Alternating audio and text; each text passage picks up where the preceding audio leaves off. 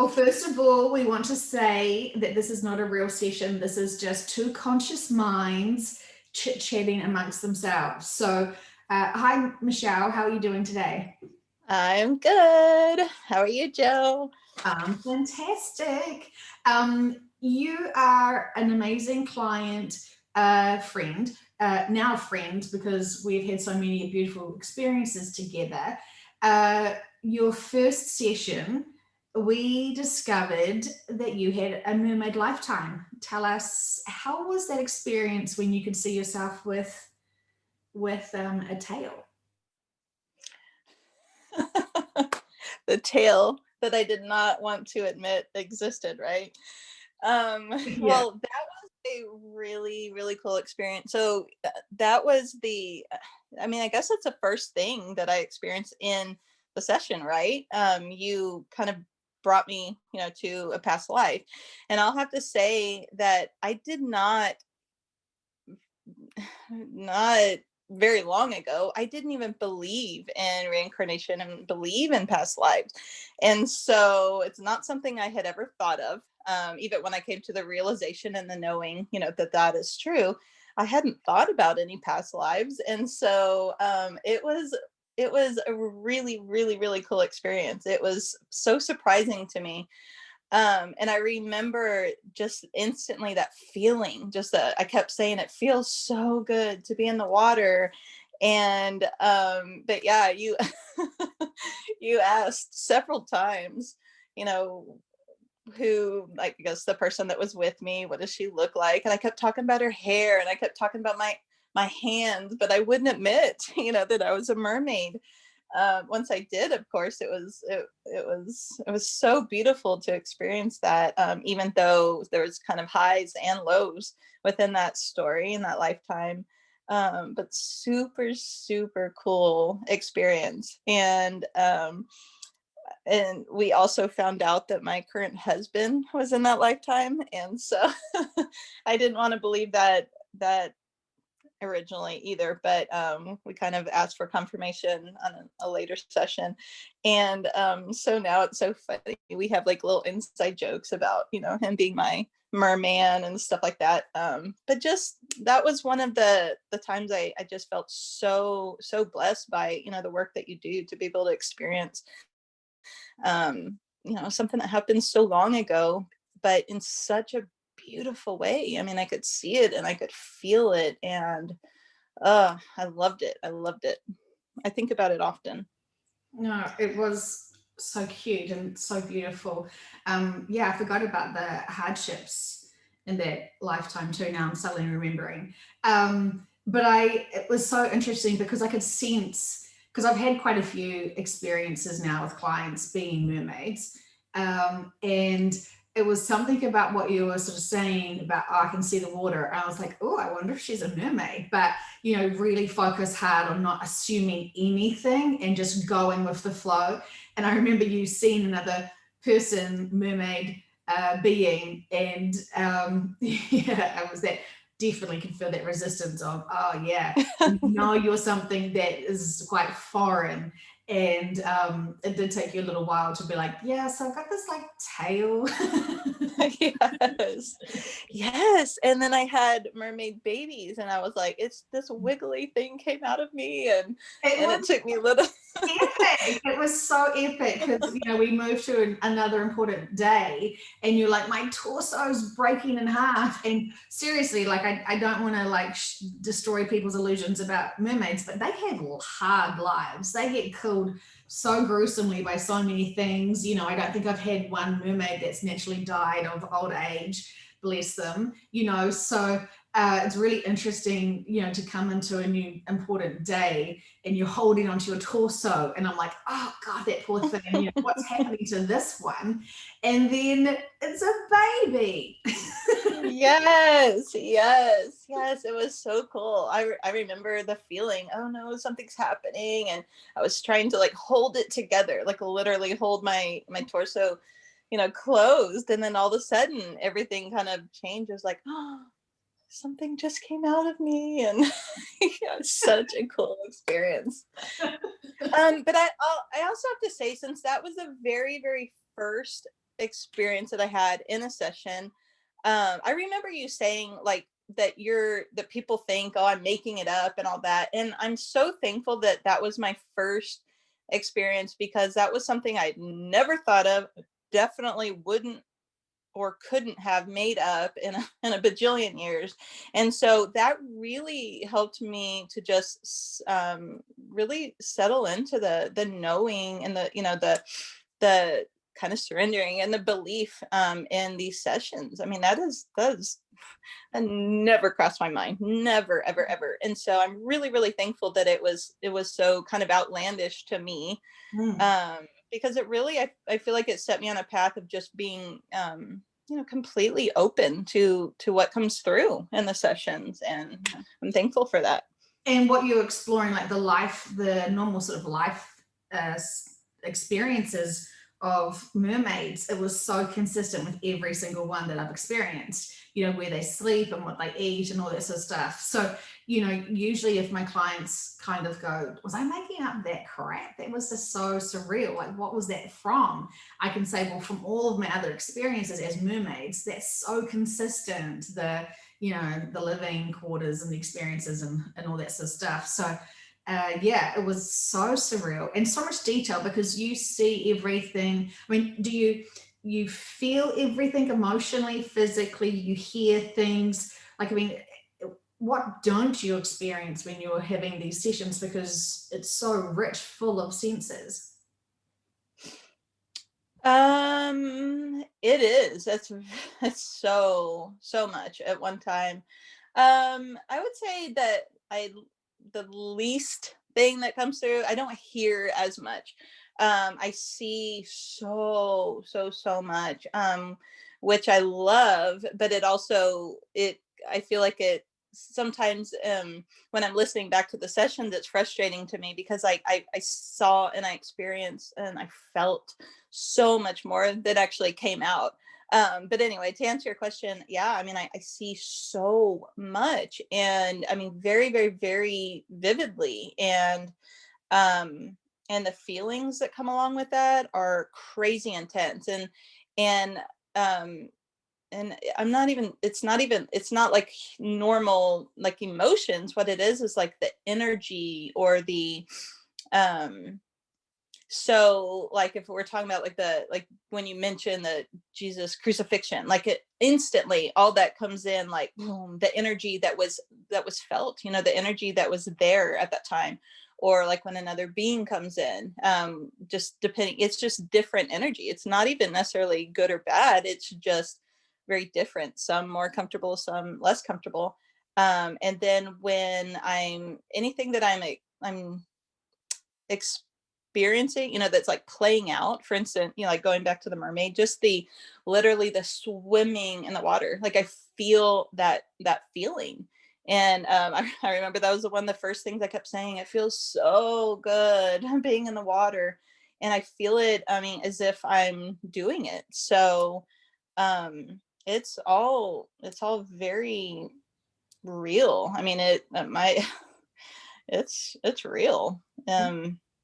So yeah, I would say the least, I could definitely smell, I can definitely see, definitely feel, but I don't hear as much. There's not much that comes through, auditorily, I guess. Yeah, that's amazing. And so throughout your life, would you sort of say that your veil is very thin and you have quite a lot of the clairsentient, is it clairsentience, or the because you've seen ghosts. You've seen Casper the ghost when you're little, right? Gee, I'm so professional when we have these chit chats. Tell us about your spiritual experience in your life. Like, how did you have your awakening?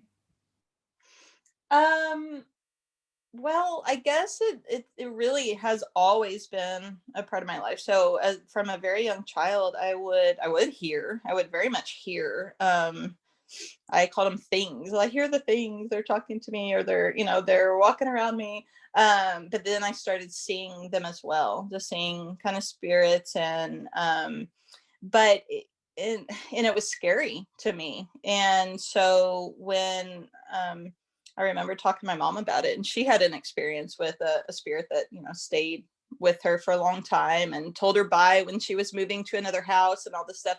And so it made me go, okay, it's not just me. My friends think I've just watched too many scary movies or whatever, but my mom, kind of validated that, although she didn't feel comfortable with it. She didn't like being at home alone because she, saw and felt things as well. But it was something that we didn't really talk about much. But she didn't just say, oh, whatever, you're crazy, stop watching those scary movies. So it's something that happened, from a young age. And I just remember talking to friends and being like, can't you see that, like music, like I can see the frequencies of music. I could see the colors of those frequencies of music. I can see, like, I call them auras. I don't even know if that's the right word, but when people, are in white light or blue light or green light, or I mean, just it all changes depending on kind of where they are and what they're feeling, what they're experiencing. But I've always been able to see that. And so fast forward to, I met my husband when I was actually only 15, high school sweethearts. But anyway, he kind of made that backtrack. He's the complete opposite. Doesn't see, feel, believe in anything.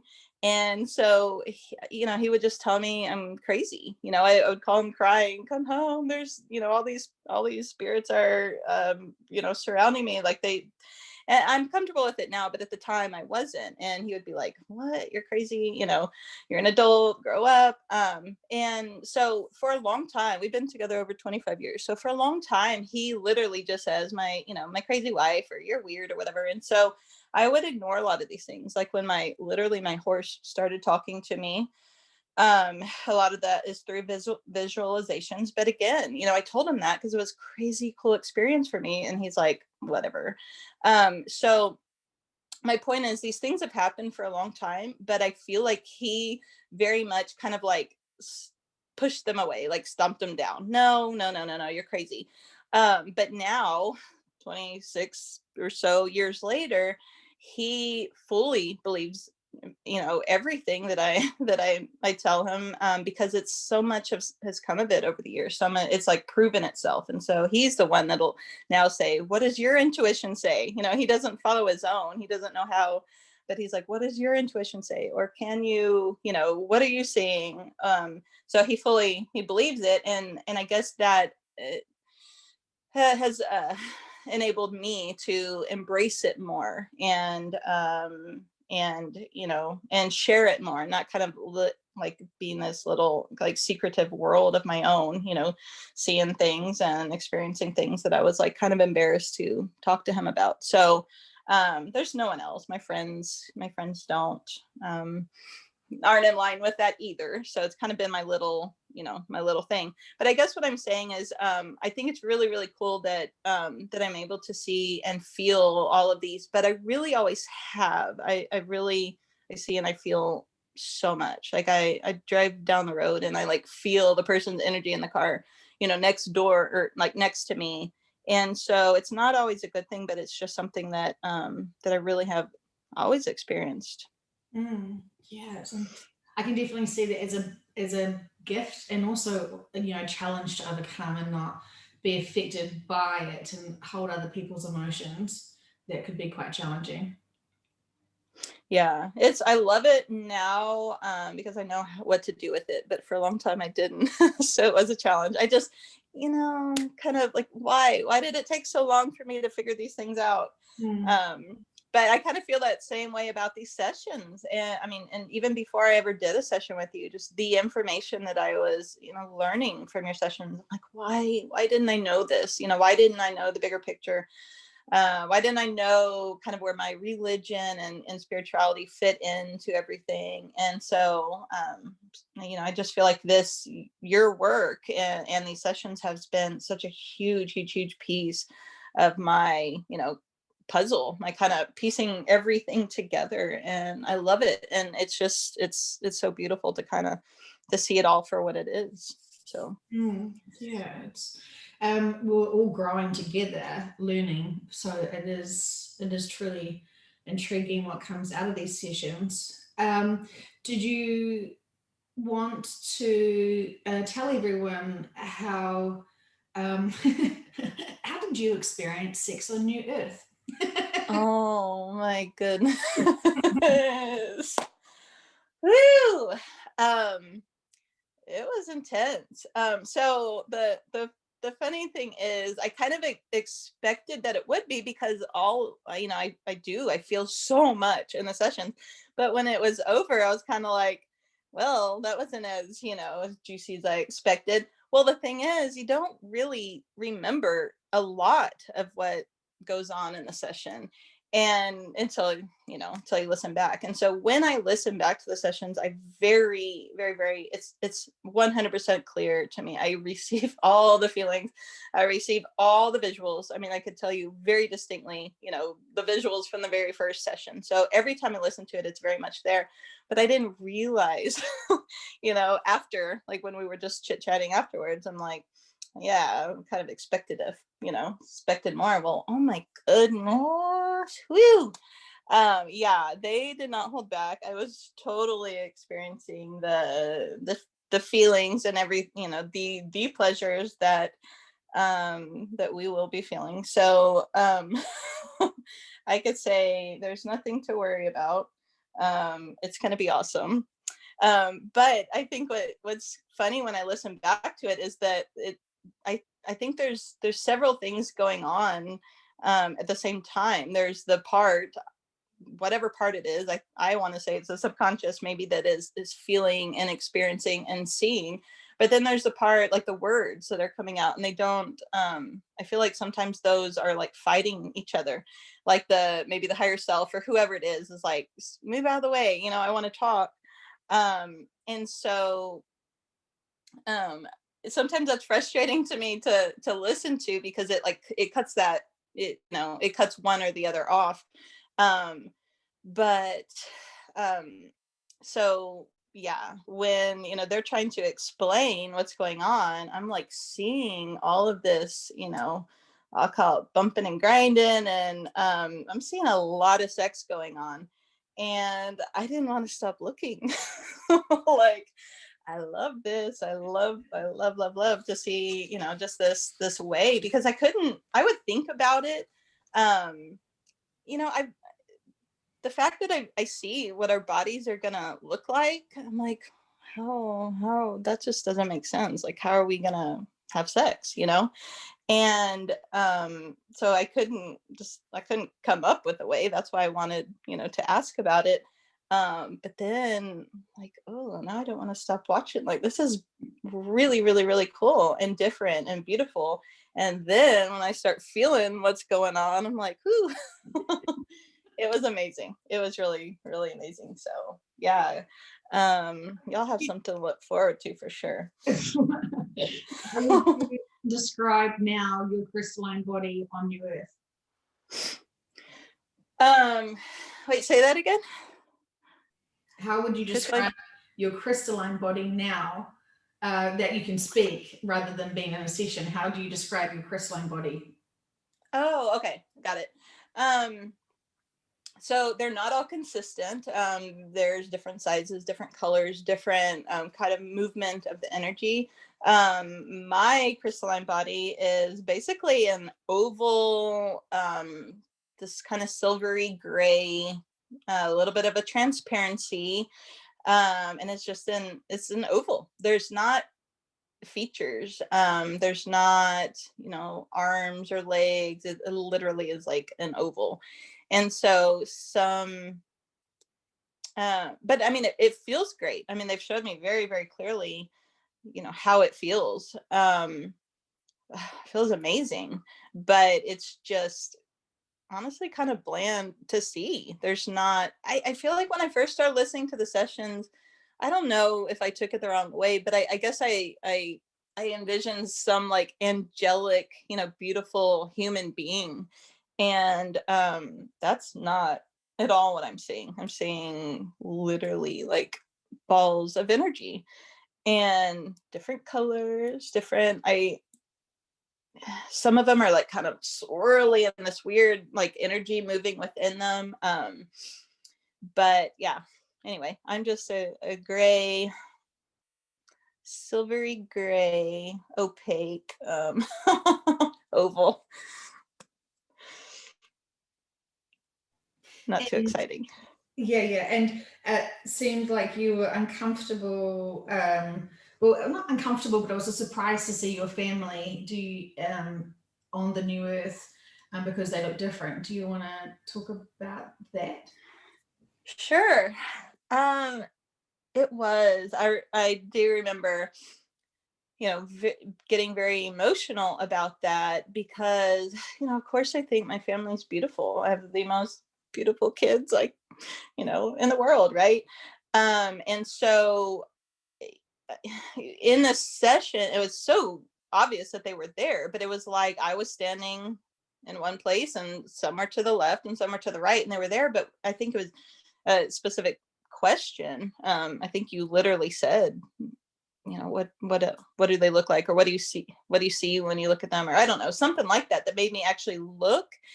And yeah, it was very, very emotional to see that, even though I was positive it's them, that it didn't look anything like them. Their beautiful little faces and beautiful hair and all that was not there. And so it was very sad. It was very emotional to me. But I think back on it and I'm like, I guess being here and experiencing that, it would be sad. But do you think that that's what's going to happen when we arrive? I mean, when we get off the ship and when we look at each other, are we going to be sad that we look different? I really don't think so. I don't believe so. I think it was just the awareness that, that they're not going to look the same as they do now. You know what I mean? Does that make sense? Absolutely, because you're still experiencing it from the 3D perspective. So you're getting a special glimpse, a sneak peek, if you will, of the new Earth, of your family, with your, shall we say, with love, judgy 3D mindset of how things should be, kind of thing. Like it's a big change. I mean, you obviously must have felt the energy. And so you definitely knew without a doubt who was who. Yes, for sure. I mean, there was no doubt. Also, I think that's such a beautiful, beautiful part of these the sessions, having a session, but also just the information that you share, is that we're able to process these things ahead of time. And because there's so much to process, so much change. And like, for instance, that session that we're talking about, what the listeners wouldn't have known is that one of my children aren't even mentioned in there because they weren't there. That's something that, I had a concern about, and is one of the reasons that I actually reached out to you originally for a session, because I wasn't getting a clear picture on, what was going on with a couple of the kids. And so anyway, so we kind of explored that, but we didn't explore the details of the actual shift, and which, was really cool to me. But I had already, like, that wasn't mentioned and it wasn't a big deal because I'd already processed. I'm already aware of what's going to happen and where he will be. And I'm totally, totally fine with that because I see, the big picture in it. It's not just little Michelle, worrying about her little kids. I mean, I just love how these sessions have opened, our perspective to so much greater than, what we're just doing right now on this 3D Earth. And so I think, the more information that you share and the more that everyone's able to listen and soak it up, the more we're able to process. And I guess my point is that was a big deal to me when I reached out to you. What's going to happen to my kids? Are they going? Why can't I see this clearly? But now that, like, that's done, my perspective, my life, everything has been open to so much more, just such a greater greater picture than just what's happening in my kids. Does that make sense? Yeah. And for the people thinking, oh my gosh, one of her children is staying on the old earth. No, you want to say that your children have different roles on the new earth. So while they're on new earth, they're not with the family as much because they're quite busy doing other stuff. Yeah. So one in particular, one is going to be much more similar, to his kind of role, I guess, or kind of the level that he's at now. One of them is going to be closer linked to me, but he's very much higher, level, or whatever you want to call. He's a much higher being than I am. So that was kind of interesting to me to process too, because that's my toddler. He's 2 years old. So as I'm like nurturing and being mommy to this toddler, it was an interesting realization that, wow, when we go, he's going to be much more advanced than I am. So that was interesting. But yeah, the third child is very much on his own path. So I was clearly shown, that we'll have contact and stuff, but then he's going to be like, see ya. And he's actually going a little ahead of us. He's not going to just be there holding our hands together, but I'm okay with that. I remember just literally the feeling when I was experiencing that, the feeling of just being so happy for him and so happy to see him, doing what he was there to do and on his own path. And, if you're asking me, like literally 3D me, it'd be like, what? He's 10. Like, I don't even ever want him to move out of the house, but just really being able to see and again feel. I felt the feelings that I will be experiencing for him or towards him or when that happens. And I love that, because it's I'll just say everything is a good experience. Everything, it just the truth and the peace and all of this and all of these questions that you ask, there's nothing really to be afraid of or dread or it's just changed my perspective of not just going there but life here as well. Do you see your children now as their higher selves almost? Well, not their higher selves, but their bigger advanced beings, as if they are on the new earth? I'm not really. I don't see them that way, but I think about it. I do think like, so I'm very much in this like mindset of just enjoying every single second of every single day, because if our roles are going to change, I love being a mommy, and so I want to soak that up, and so I am very much in the present moment and presently, they're kids, but I do kind of sit back and picture them in that way and go, wow, but I know what you truly are, and I know what you're going to be doing, and it's so beautiful. That's I love that for you guys. It does make the mother and me pleased for you to have that insight. So I'm so glad. In terms of the shift, you keep getting told that it's going to be the 21st of December. This year, I think we've asked every single session just to make sure. Now, when did you start believing in aliens?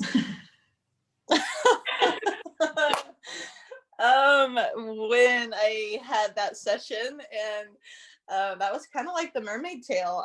When I listened back to it, I'm like, wow, it totally wasn't coming out. It was, I was saying something like, yeah, we're being shown, they're showing that they're guiding,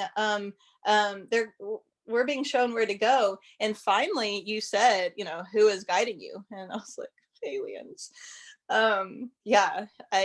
It's not that I didn't believe. I feel like I really don't ever have any judgment on anything, good, bad, right, wrong, true, untrue. I really, really, really just live like completely open to truth. I really just want to know the truth. I feel like you can hit me with the hard stuff. I just want to know the truth. Don't sugarcoat it. You know, that's kind of how I've always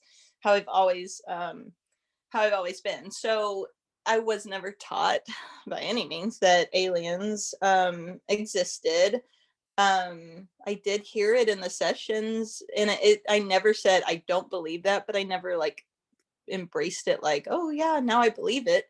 Again, just very neutral, very open. And so yeah, it wasn't until they literally were like staring me in the face that like, oh, it's aliens.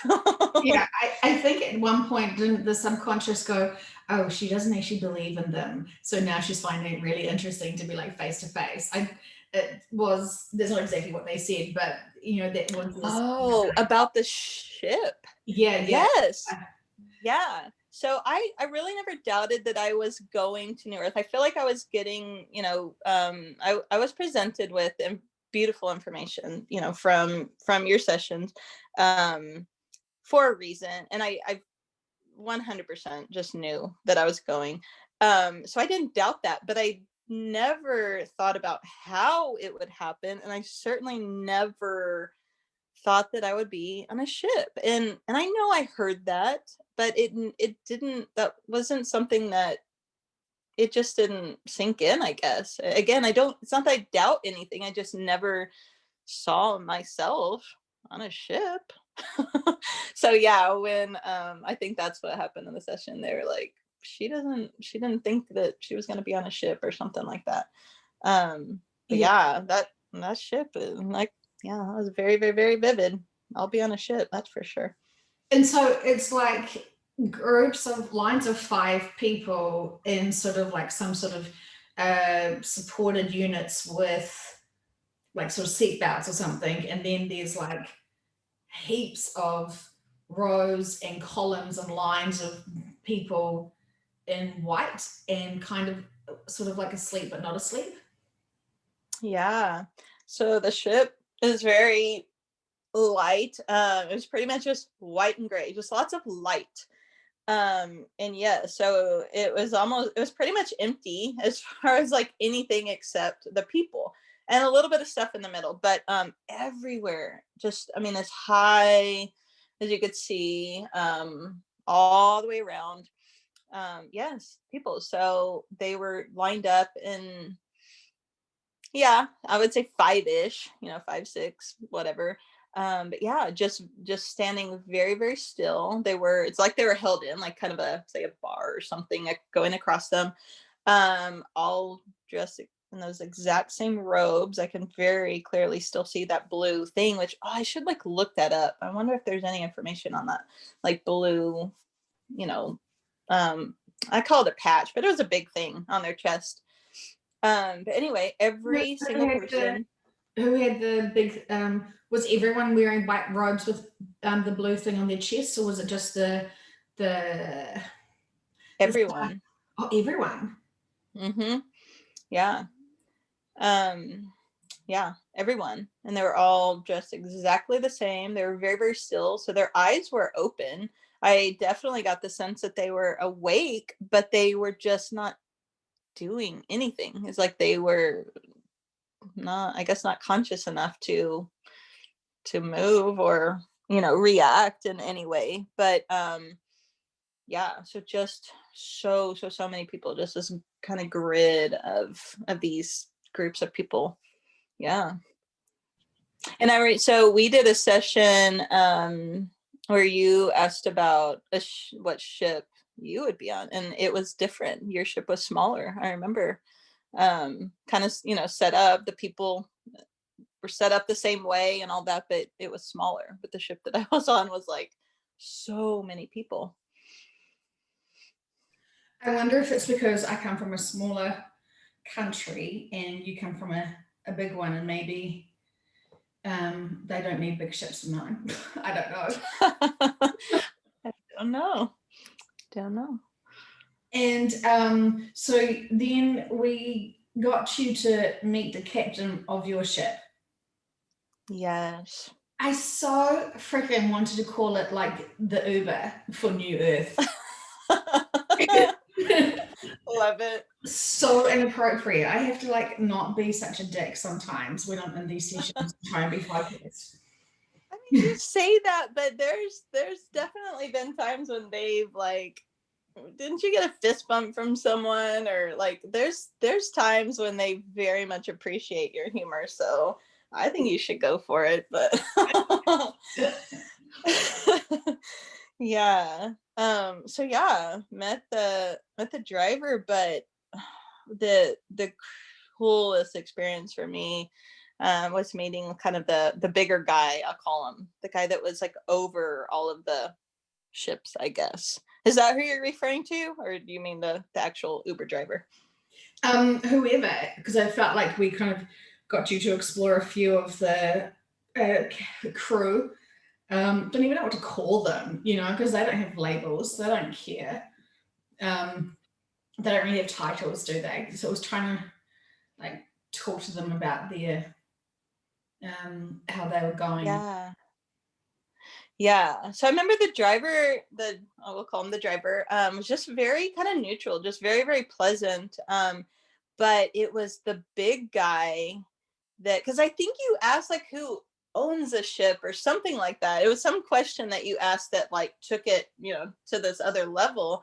And I remember just the energy when that guy came up was like, whoa, like he's a big guy. Like he's a powerful guy, and not in a bad way, but I mean, sometimes energy is uncomfortable just because it's very, very different. It's not, I've never been scared, or there's nothing's ever been concerning to me in these experiences, but it's just very different energies than I'm used to.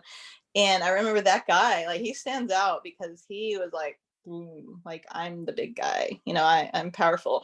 And goodness, I will never ever forget the shift that occurred in him when you sent him gratitude.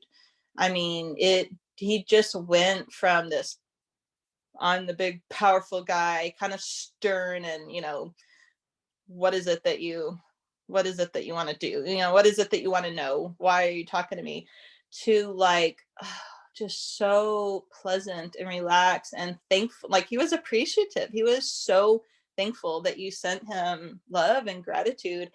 And that was so profound for me. To visually see and also feel the energetic shift that occurred when you sent love and gratitude was like, I mean, I really can hardly put words to it. But it's also made it very, very clear to me how much our sending love and light and good energy and gratitude, how much that really does affect everyone. And so I'm so I feel like that was kind of an odd direction for that session to go. Like, okay, so we meet the big guy, the big lead guy of these ships, but that was an experience that was I cannot tell you how profound that was to me. So again, thank you for that. Well, it was like, I just always want to be so grateful for them, because I have experienced through so many sessions people being really scared of being connected to other beings, and they love us, they do so much work for us. And maybe it's part of me being, a tired mother who has children that don't appreciate me as much. And so I kind of feel like here they are being these massive Uber drivers for all of humanity who is ready to shift, and no one's really acknowledging them. So I'm like, love you, thank you so much, you're doing a great job. Because I think every parent wants that, and they are effectively somewhat our parents, kind of helping us and supporting us, saving us from what seems to be, quite a doomy experience if you stay on the new earth without judging. But it seems like it's a very necessary shift for us to take. So they are doing so much to protect ourselves from ourselves. The stuff that I hear in sessions about what is going on and because I have clients all around the world, and they're asking about their locations of what's happening. And my goodness, there's so much that they don't take away our free will unless we're seriously going to harm, and others, and then it's not for the greater good. So they are so busy trying to keep us from not being too naughty. And so it is really incredible. And then to have that connection of you seeing him, I felt like it was a him, and just wanting to acknowledge how truly grateful. I mean, I'm speaking for all of humanity, because I know once they realize what they've been doing for us all of this time, everyone would be profoundly grateful. And so it felt like that was the only thing I could say at the time. Well, I totally understand what you're saying. And I think it's cool that you're able to do so many sessions, and you are aware of what an important role they play. But I will also have to admit, I don't think that I would even think to do that. I think that that's a very, very, very special, beautiful part of you. What I've realized from the first session, or even from just listening to all of the ones that you had posted, you always go there. Like if someone needs gratitude, you give it to them. If someone needs love, you send love. If someone needs healing, you ask for healing, and not just for them, but like the people around them too, or the people that maybe had done the harm. And I just believe that is a beautiful, beautiful gift that's within you, that you're blessing all of us with. And you don't have to do that.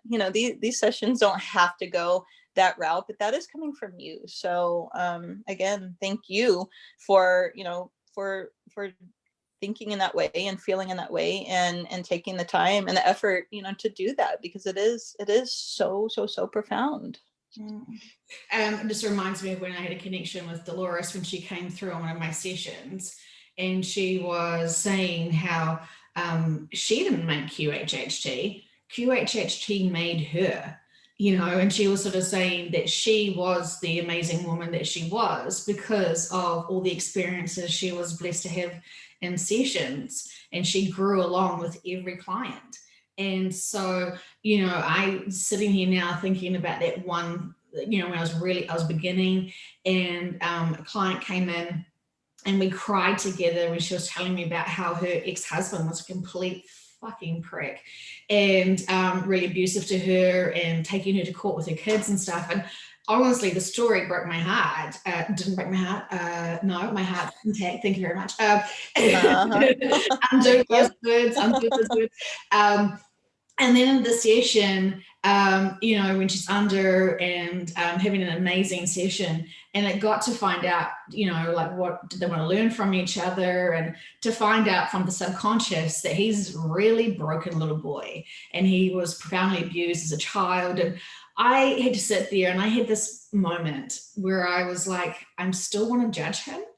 And then I realized, oh my gosh, that he needs the most help. And if I can give him help, then I can give that whole entire family help, because he needs to be healed. And it did take me, I felt this massive resistance, because I was like, no, he's the bad guy. Like I felt like I'd bonded instantly with my client, and I would have scratched his car with my keys if I had a chance, like that's how mature I was, only a year ago. And, but I had to grow, and I had to suck it up, and I had to remember he is still hurt, and he is still human. He's behaving badly because he hasn't addressed any of his bullshit drama, his own issues. And it was so interesting in a session I just did recently where they said you don't heal cycles by repeating cycles. And I was like, yeah, that's so true. He's such a horrible person to his family. Let's hope that he has matured and grown. But then I realized, because I think I was doing probably like one session a week when I started. And so I'd really mull over all my fuck ups and like, that question wasn't very good. And I was like, really thinking about how I could improve myself. And I really knew I really resisted wanting to send him healing. And I was like, I have got to not buy into my clients' issues, first of all, and see people for who they truly are, and have compassion in my heart. And I have to, really get over myself. And I did. And now I feel like I'm this greedy bitch that's like asking in sessions, so subconscious, I want to heal my client, any one of my, the whole client's extended family, their friends, anyone they've seen at a supermarket. Like, I'm like going to town. I've got this big list. I should write it down, but I'm literally like, anyone that my client has ever thought about in any of their lifetimes ever. I'm like trying to heal, release half of the world in one session. So yeah, from me being a little bit resistant to help someone else who wasn't my client, to now I'm trying to heal the world. So yeah, big growth for me. I'm sorry for my potty language, but yeah, I have seen big changes, and I have heard incredible things like just amazing results from those healings, where you sort of think, I'm saying it with all of my intentions of, I really want them to feel love. I really want them to get the healing they need. I really want to help them. It's not just like empty words for me. Like, I'm feeling it. And I feel when I'm in a session, I'm a little bit sort of in a weird little trance too, where I'm hyper focused. And in the different, it's like I'm just in my own little session bubble. And it kind of takes me into a different place. So it was incredible. But hearing back from my clients saying, you would never believe it, but their auntie that was really aloof or really horrible or whatever, is like calling family members and being happy. And like, you're hearing nearly instant results of how people seem to shift almost overnight after their sessions. And I hope that it is because, the person naturally has wanted to evolve and awaken and release everything that no longer serves them. But also, almost the magic in these sessions is just fantastic. Yes, absolutely. Well, I love hearing, kind of how you've grown, because, I see you as like really, really awesome, so good to know you're human. But yeah, I definitely feel the magic in them as well. And that is something that really drew me. I mean, I don't even know how I was led to this information. I had never heard of QHHT or Dolores Cannon or you or anything, but I know it was perfectly directed, but I was directed to you, and very like, just never ever had a doubt. And I believe that it is because of the way that you conduct yourself and your in your work, and spread the love. And but also I really literally feel the energy that is coming through them. And so before I ever had a session or even thought of a session, it almost became like I call like an addiction, listening to the ones that you had posted, because I could feel the change happening. And that is like so freaking cool to me. And I feel like like the more that I would just disconnect from, like, say, whatever, Facebook, or I've never really been a TV person, but anything that I was kind of looking into, if I just didn't do that and listen to your session, I would be elevated, Mm-hmm. And so it's so cool how it all happens. But anyway, I love to hear, kind of how you've grown in that as well. And I feel like it's because people can sense the magic that they have, the energy that they bring into the sessions. It's so pure. And, I really feel like it's really has nothing to do with me at all, to be quite honest. I feel like it's just the pure energy that they provide in the sessions, where there is no ego. And that's why I try not to be like in people's faces, like reading reading sessions, and sort of branding myself. I feel like that's just distracting from the work, and I want the work to be as pure and as raw as possible. And also, I just want to say to people who are about to have heart attacks, because I do sessions online and I am a QHHT practitioner, which is forbidden to do QHHT online. I'm also a BQH practitioner as well. So I have trained myself through official courses to be able to do what I can do. And of course, I had so much stresses and issues about doing the work online, because we've all heard Dolores say never do it online. I've heard Julia Cannon to my face say never do it online. And so being trained in the Beyond Quantum Healing felt like I was cheating on Dolores.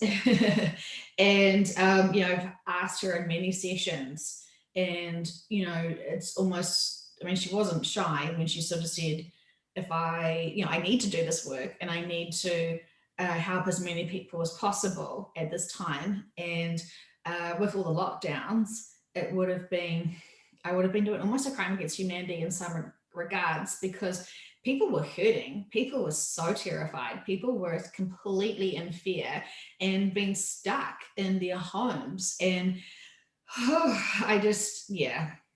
anyway, I got enough permission from her. I asked her multiple times through multiple clients, just to make sure it wasn't me just, having hopes and dreams. I really, really, really wanted to make sure. And then, of course, it wasn't Dolores, but it was someone's higher self that came in and was like, why do you need Dolores's permission? Because this is our work. This is our information. Who do you think gave this information to Dolores? And it was like, yeah, that's right. Yeah, you guys, thank you. So I have many times not considered the bigger picture, and being grateful and thankful to those beings who have always loved us, tried to give us all the information. So, you can only make a few mistakes. You can only repeat the same mistakes a few times before, I will get it. So, I'm definitely a work in progress myself. So, yeah, it reminds me of, I don't know why, it makes me want to laugh. The Noah, I don't know why I want to talk about this now. I was interested to see what, how big the ship was, the boat for Noah was. Because it kind of sounded like he was there, like, oh yeah, here it is. It's a grower, not a shower. Like, I don't. Tell me, what was that experience like? Well, okay. The experience was very, very, very simple. So the visual was Noah standing by a boat. It was not a big boat by any means, and there was a couple, like, a couple little people next to him, and he was like, here it is, like literally, ta-da, here it is. But it was nothing significant. There wasn't water around. It was just a boat.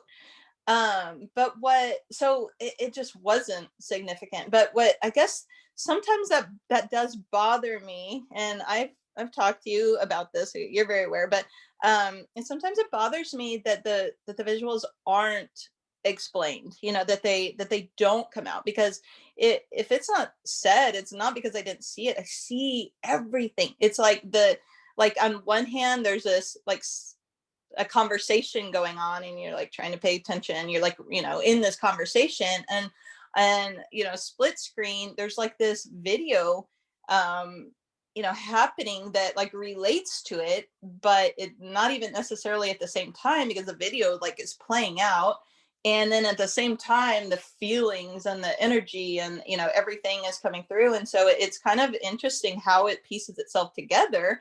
But sometimes when I listen back, I'm like, why didn't that even come out? Because I see these beautiful things. Like I see with the quote Holy Spirit, and the dark, what was it, the opposite of the Holy Spirit, the dark energy, the creation of dark energy, like that, those things never came out, and they're very, very, very intense, beautiful, you know, visuals. And so I'm like, why, you know, why didn't it come out that way? So I think what we've kind of come up with is, it's not because I'm seeing it, so it's not that they're withholding information from me, it's not that I'm not ready to see it. And it's frustrating because I know, like, you're asking the questions, so I want you to get the answer, but the answer is actually not said, you know, sometimes. So we've kind of decided that there's probably some reason, you know, that those aren't being told, you know, that someone's not supposed to know, or not ready to experience it or something. But anyway, so yeah, the Noah was one of the kind of frustrating ones to me, because I was like, you know, that's all like, it was just a boat. It was just a little boat. Why didn't they like make that more clear? But they didn't at that time. I feel like I asked, oh no, I felt like it was weird. I felt like I was not being allowed to like pursue it any further. And I felt like I was being really like naughty. And then connecting to Jesus after that. And then I felt like, oh my gosh, I'm asking these prying questions. And I felt like, you know, he's this massive celebrity and I'm like the 100 millionth interviewer going, so what was your birth like? Like I felt like a real dick. And it was like so embarrassing. I've talked to him so many times, I've channeled him, but I just felt like my questions was so like so stupid. It was, I felt so embarrassed. But I really wanted to know, but I hadn't asked. And so I was like prying for like gossip. But yeah, it was I really wonder why. I wonder why it was coming through that way, because, you know, I was given the answer very, very clearly. And I know you're not closed to that, you know, so there has to be some reason that at that time, you know, it was kind of like, hey, like, not yet, or something like that. But I will say that, you know, you, like you said, you were feeling that, but what I experienced when you brought in Jesus, he was like way more laid back and comfortable and cool, I will say, than the other times. You know, usually he is very kind of somber, and his energy so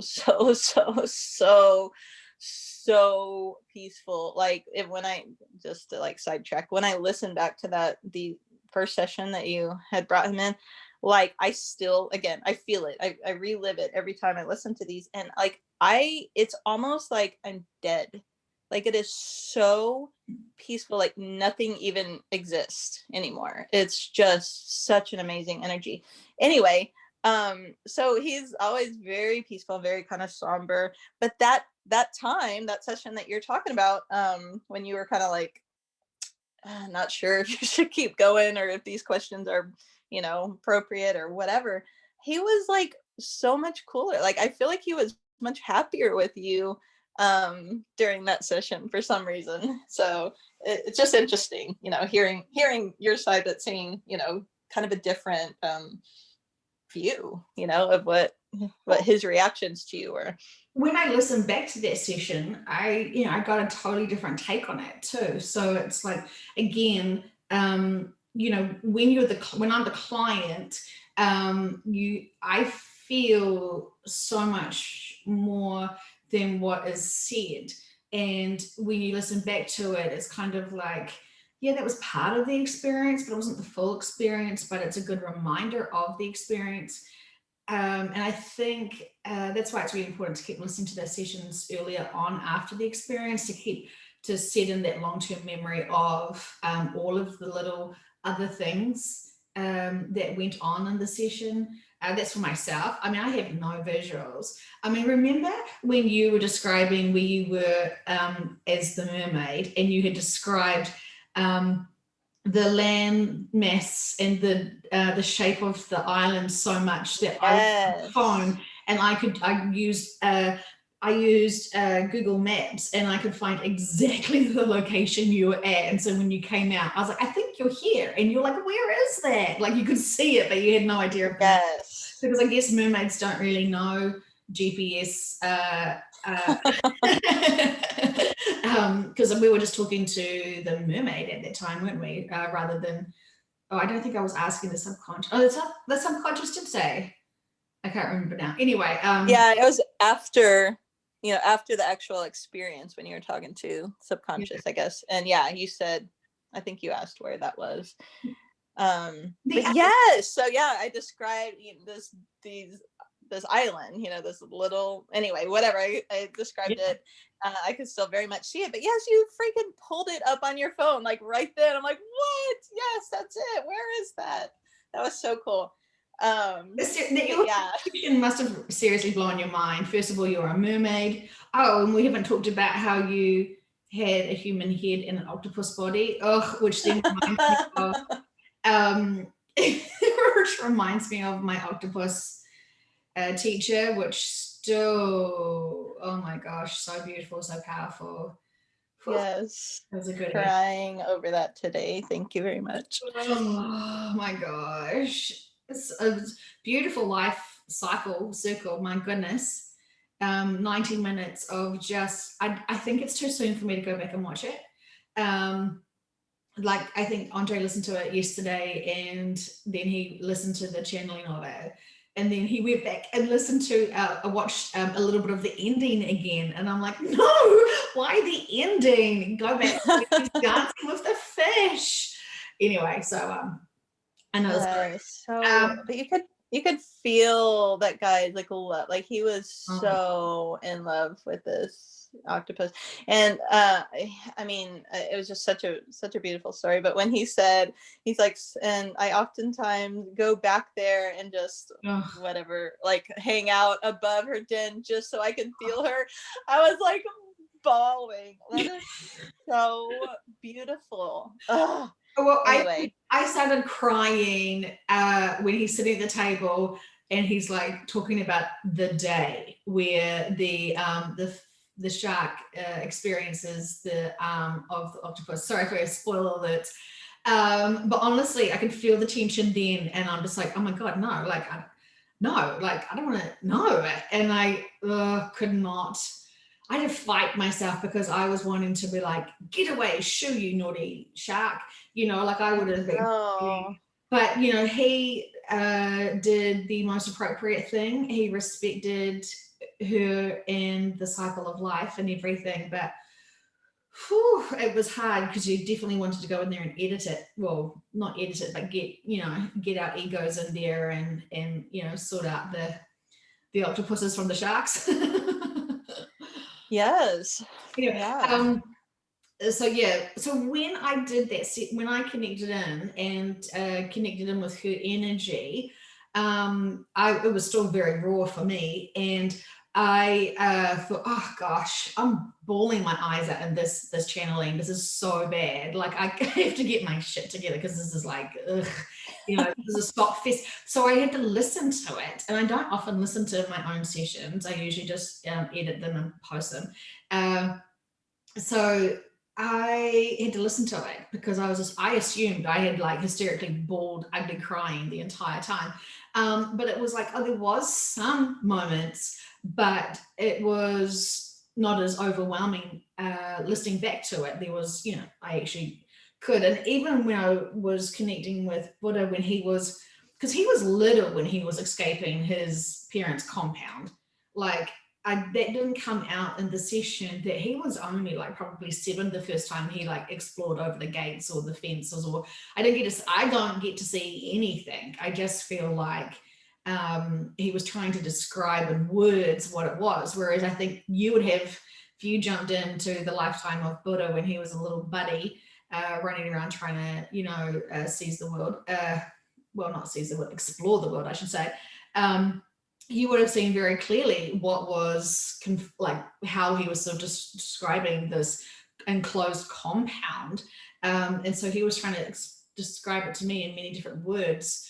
So yeah, I feel like my sessions are a bit lackluster in the description side of it, but I got a different sense when you're going through it, and not being able to sort of say to the viewer, he's only 7 when he first explores, and then probably around 10-ish, he goes out again. When I was listening to it, I was like, that sounds like he could have been in his, teenage years, but he wasn't. So those little details, Like, but the thing is, if it was your own personal session, you would be like, well, I've got the audio of the session and that's great. And I have the memories of it. And that's all personal information for me. But because these sessions really are supposed to be designed for, the client.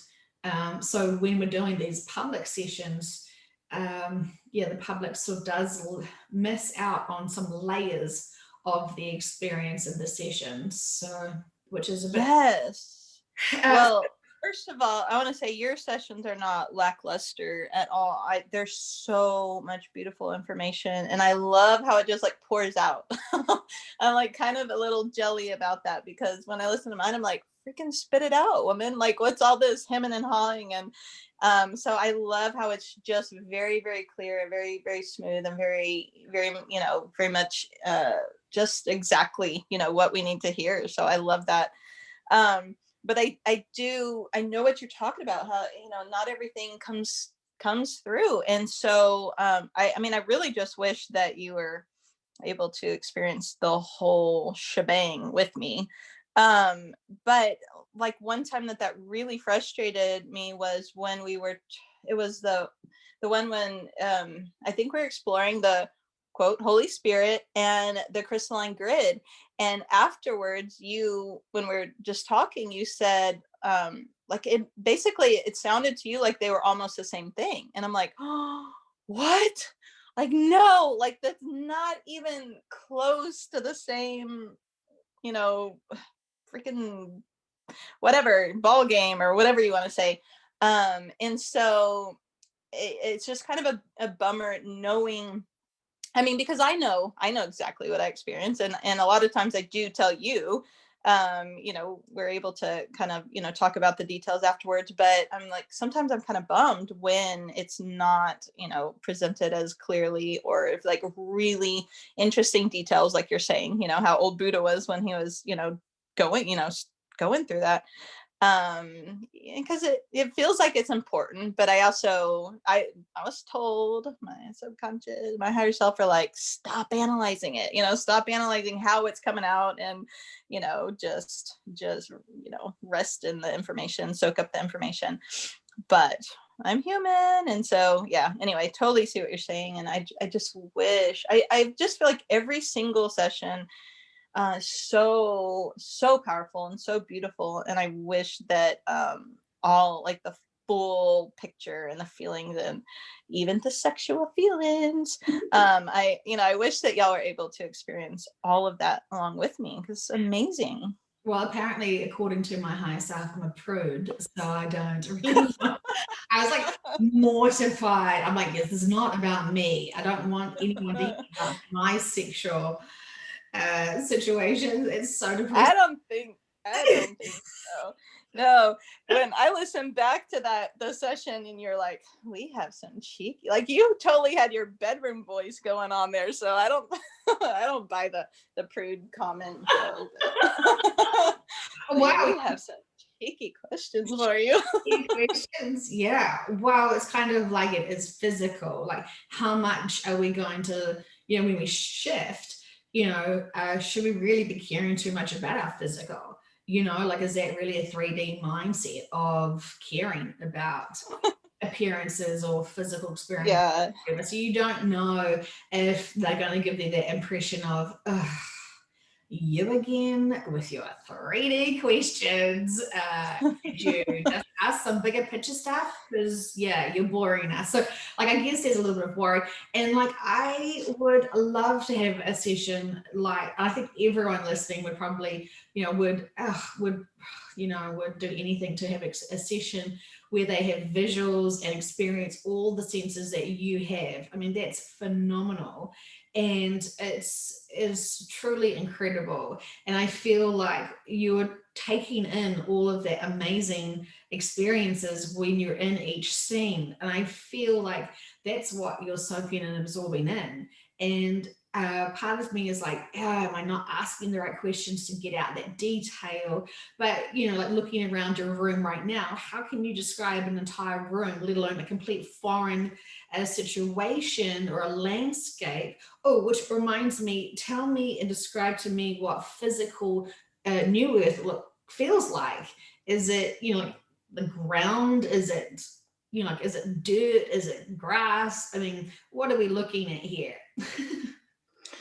Well, I didn't feel the ground because you're really not on the ground. Kind of hovering or floating above the ground. But so much color. Like the color is just, I was actually thinking about that. I was like, so is it just like shockingly more color to me because where I live at least, there's so many buildings and like we've kind of scraped the earth so much of its like natural beauty. So like is it just the difference in like a raw earth versus civilized or commercialized earth? But it's just so beautiful, so colorful.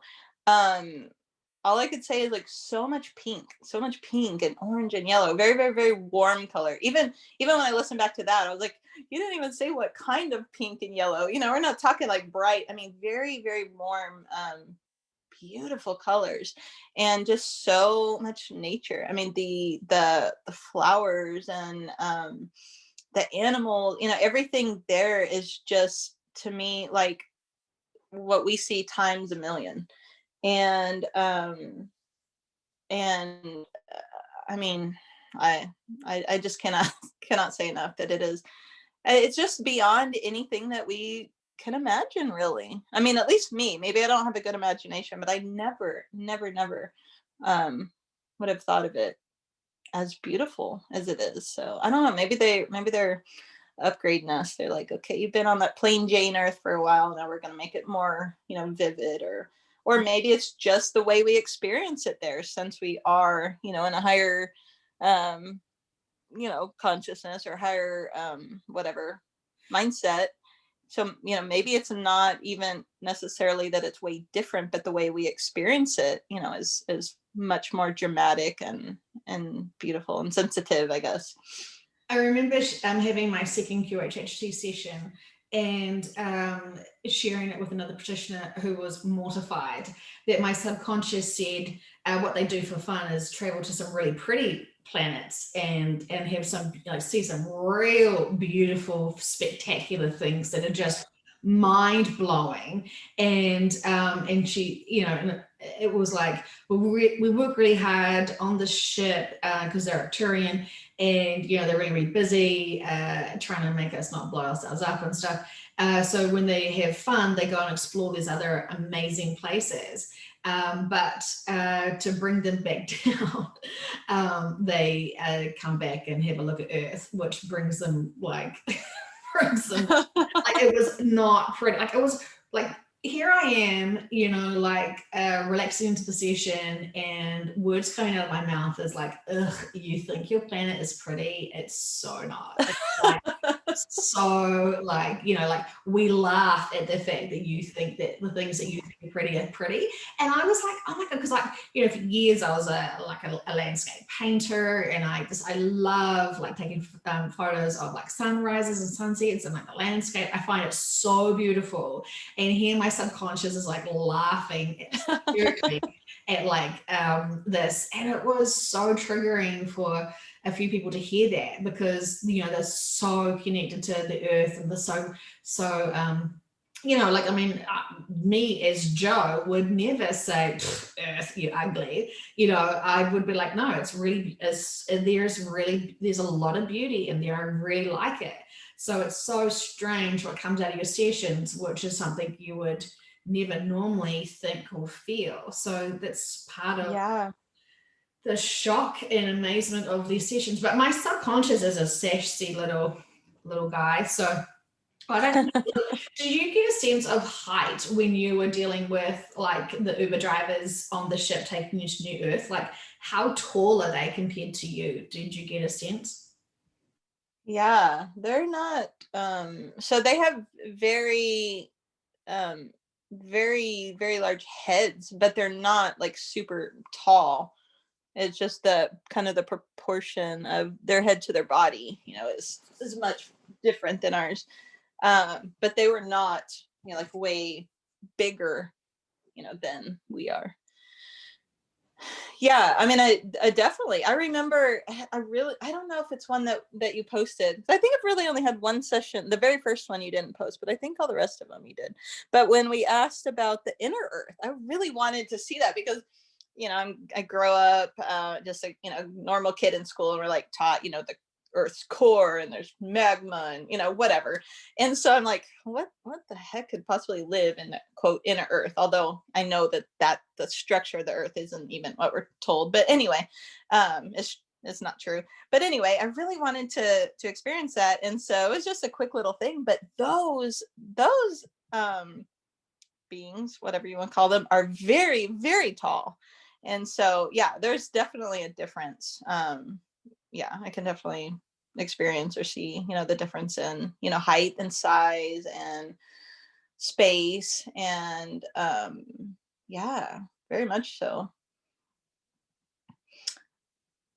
I love it. I wish you could just jump on in there and see it all. Yeah. I mean, because even what you were saying just a minute ago about, the beauty of the other planets and stuff. I mean, I can totally relate because I also experienced I guess it was supposed to be my very, very first lifetime, and that planet was disgusting. Like, it was ugly. And so compared to that, where we are is like, oh, for sure paradise. So yeah, I guess there is a big variety, but I think we've had a few where we haven't shared, because I don't think we've shared the information about how we explored my shift and with you visually, and then meeting the captain of my oh yeah, and how I accidentally changed my contract while just kidding.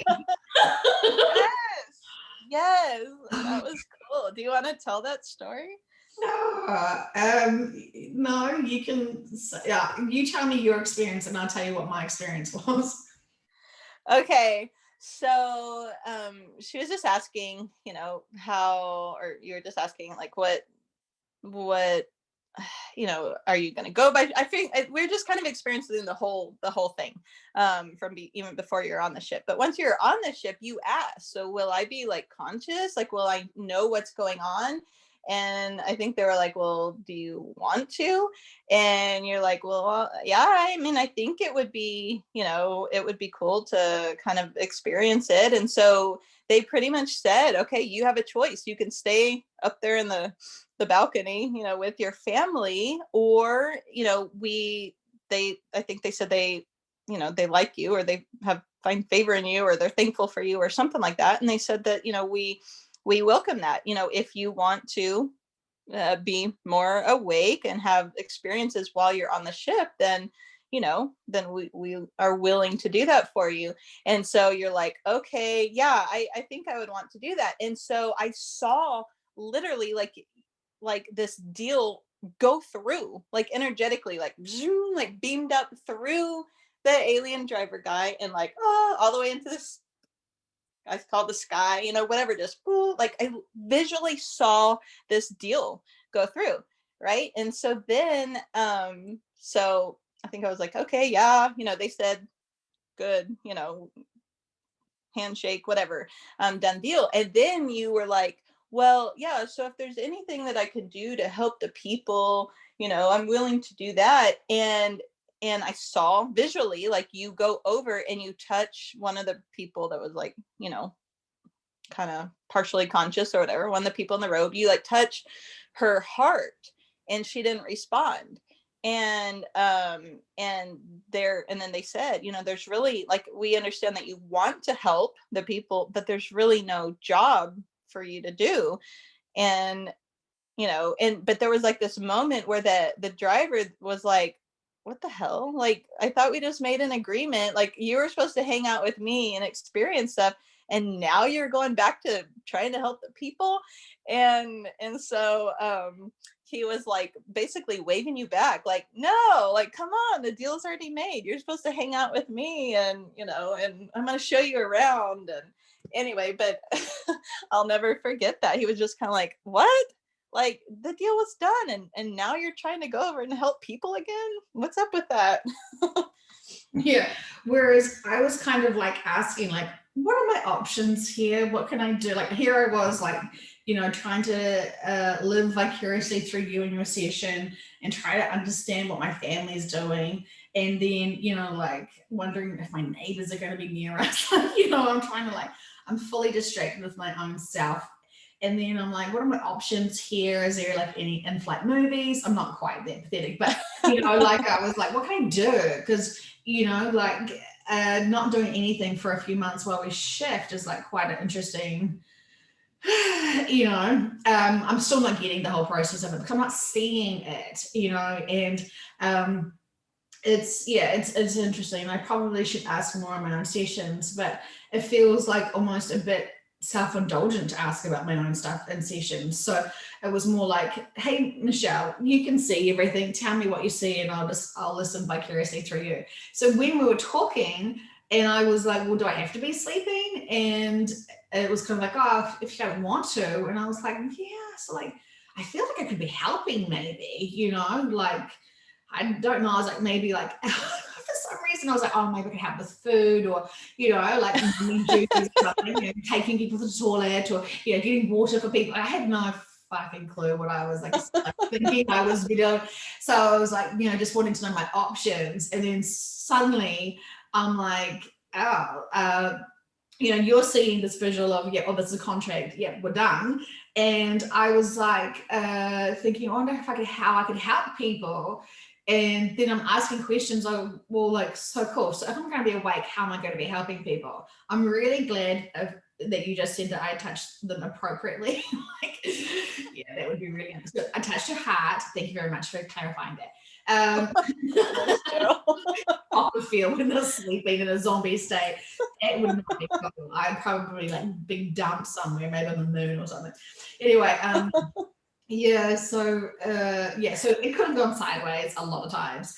And then he gave me this, this suddenly like, what the hell are you doing? Like, leave the humans, they're fine. And I realized, well, what if I just signed myself up for it? Like, what, am I going to be doing their dishes? Like, no real understanding, comprehension of it. Because it's just, and most of the time, the subconscious will not tell the clients about the shift on the ships because it's just too much for them. The worry of, being invaded by an alien, because our bodies are distinctively afraid of them. Even though lots of people are like, oh, I'd love to see them. Every time people ask, can I see them in sessions? The subconscious is like, it's so sweet that you think you could handle it. Because it's just so profoundly shocking to see them. Because as Michelle's already said, the energies are so different, it's quite alien to feel it's so foreign to us. The visuals and the energy frequency, everything about them is quite different. And so I've heard so many times clients experiencing them just before they were, someone woke up suddenly and they saw a mentored being above them and freaked out. And I asked, who was that in the session? And they're like, well, it's us. Like, that was us. We've been caring for them for long. And I really got that sense of, oh man, like, here they are working, without any thanks. Not that they need thanks at all, but like, when they finally answer this person's wish to, I want to see you, I want to see you, I want to see you, I want to see you, and they, when children nag, you end up giving in and you give them what they want, sort of thing.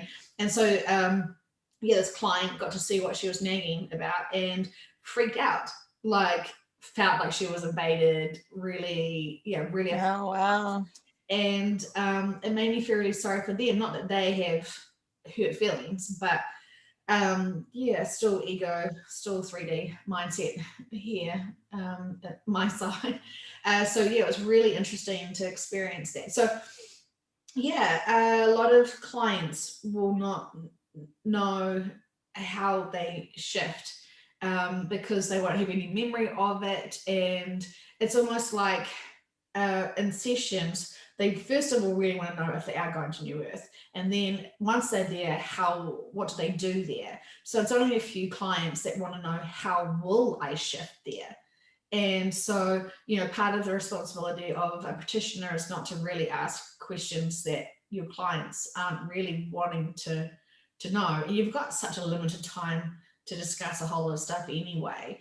And so that's why I do enjoy second or third sessions to really fully unpack it. But a lot of times they won't talk about it because it's kind of like, well, why do you really want to hear about an Uber driver and a taxi service? I know it's like, well, it's very interesting for us, but if the client's not going to have any recollection of it and then get to New Earth and still not really have any recollection of it, it's a strange one. I never thought about that. Yeah, so you need to use their time wisely. So it's like, what's the point in exploring that? It sometimes. That's interesting. That's must be a difficult balance for you. Get the most appropriate information for my client versus the sweet details. Absolutely. Yeah, absolutely. And and so it does sort of frustrate the clients, and they're like, well, why didn't my subconscious tell me this? Because we like to have every single puzzle piece lined up beautifully and connected and already done for us to be able to go, oh, it's a picture of a monkey. Like we don't like missing pieces of puzzles. We really need to have every little detail filled out. That's definitely for me. So speaking for myself, so it is frustrating for my clients when they don't get the information. And I think I think we're still really needing to look at this lifetime we're still living, and that some of that smaller detail isn't important for the subconscious. The subconscious really controls the session and gets the information that client needs at that first session. Like for ages I used to beat myself up about, oh, was that good enough? I missed this question, I missed that question. Like I was always frustrated, and then I had a session for myself, and I was like, like, why? How is these things? How come I sometimes miss these questions? And they're like, do you think that we would let you ask those questions because that was an appropriate question for the client? We know exactly what our client, what ourselves want answers to. And so everything's purposeful. And so every session is exactly what the client needed to grow from, nothing more, nothing less. And it's kind of like, you silly little girl again, thinking that you're in control of this process. Trust us, we know exactly what we're doing.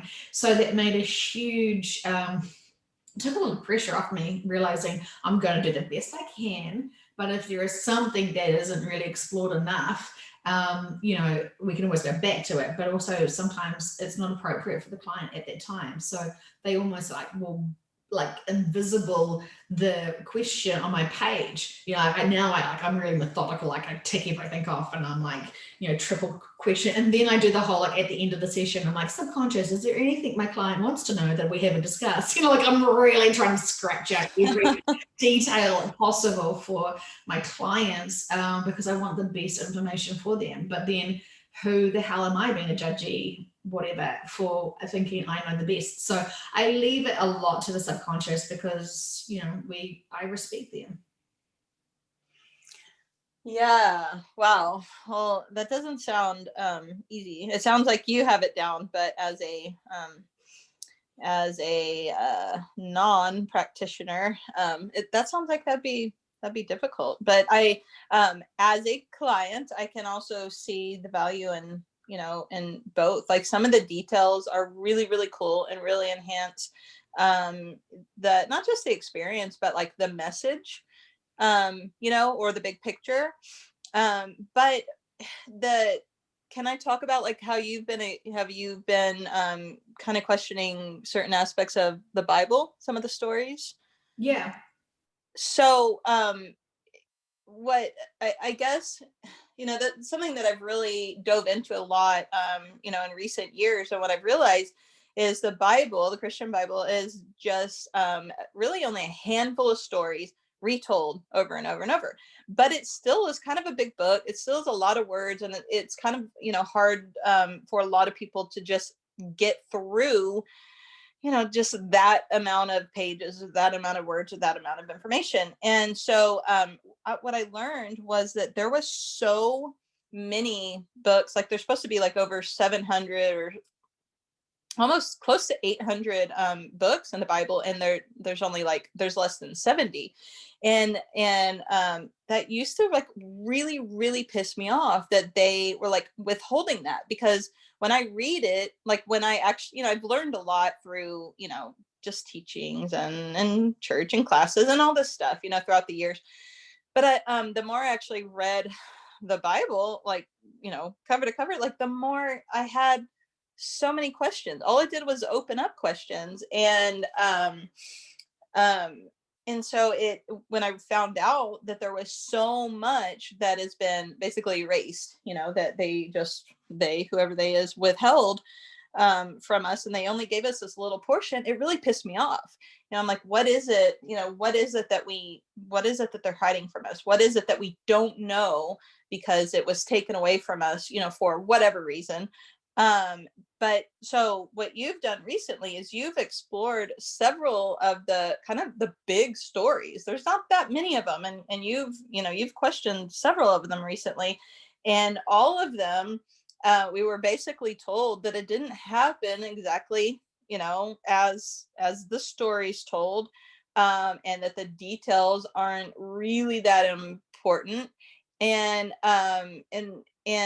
instead of being pissed, like I thought I would be kind of pissed about that. Like, come on, here we are, like taking the time in the session to ask for the details, and you're still not giving us the details. Or it's not that they're not giving us the details; it's that they don't even exist. They weren't even part of the story. But what that really has made, just to kind of tie it back into what you're saying, what really has made me aware of is that whoever that is, took out all of that information, all of the rest of the words, all of that stuff. Imagine how hard it would be for us to get through that much information, when it's already hard. They took out all of that and reduced it to this couple, big lessons. And these stories are told in a way that anyone can understand. I'm not even saying that that's, it's not a question of faith or anything like that, or religion. It's just, one of the main religions that I'm, familiar with. But they took out the details for a reason. And I see that the details aren't, they're not important, because what we're left with, these handful of books and the handful of stories that we are left with, is just really, really big messages. And so they're told in a way that, really anyone can kind of understand, the message in it. These are also told to very, very young children, or taught to very young children. And so it just, in you exploring that, I guess my first thought is the old me or whatever would have been like, pissed to find out, wow, and then that's a lie too. And but it really has just made me realize that, it's not about the details. It really is about the big message, and the big messages that they were delivering, in this tool that they gave, certain people. The Bible is, the same messages that they've been delivering to humanity in many, many different ways, and told in many different ways, some with a boat, some with not a boat, some with tablets, some not with tablets. But it just really made me realize that, although the details are fun, and we're human, so we want to kind of dig and find out, quote, truth, but they're not always important. And I feel like I'm so thankful for that. It just kind of pieced so much together for me, as far as not just Christianity and the Bible, because that's been a big kind of awakening recently, just the truth and how that fits into the big picture, but just the fact that we're, parts of our history, and and parts of truth really are kind of hidden because they're not important, to the big picture. So I love how they always bring us back. They always bring us back to a bigger perspective. And I'm so thankful for that. I feel like, now there's not anything that's bad, when you're talking about your client, that the guy, did these horrible things. Like, none of that is horrible. There's not a race that's horrible. There's not a type of creature that's horrible. There's not a planet that's horrible. Like, there's nothing, I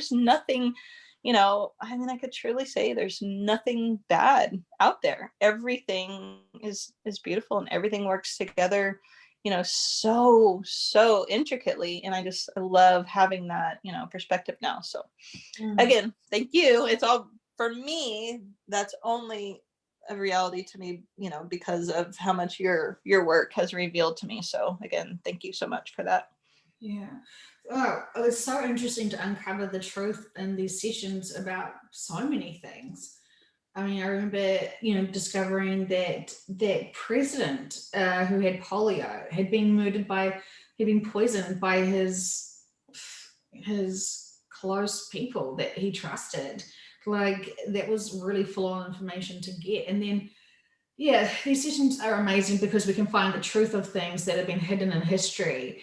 And now I sort of feel like nothing really surprises me. I still kind of wanted to, I had kind of hoped for some reason that you would be able to see, like Moses being given these 10 commandments, and, we could like just see, placing you there as our secret agent, a spy, describing to us what he was wearing, what the day was like, like I kind of had this like, oh, what could we do with this powerful experience of you seeing everything. But Noah and his ark was a bit of a bust, and then no tablets and no commandments. I mean, it's all right. Did you get a sense of what Jesus looks like, and were you surprised?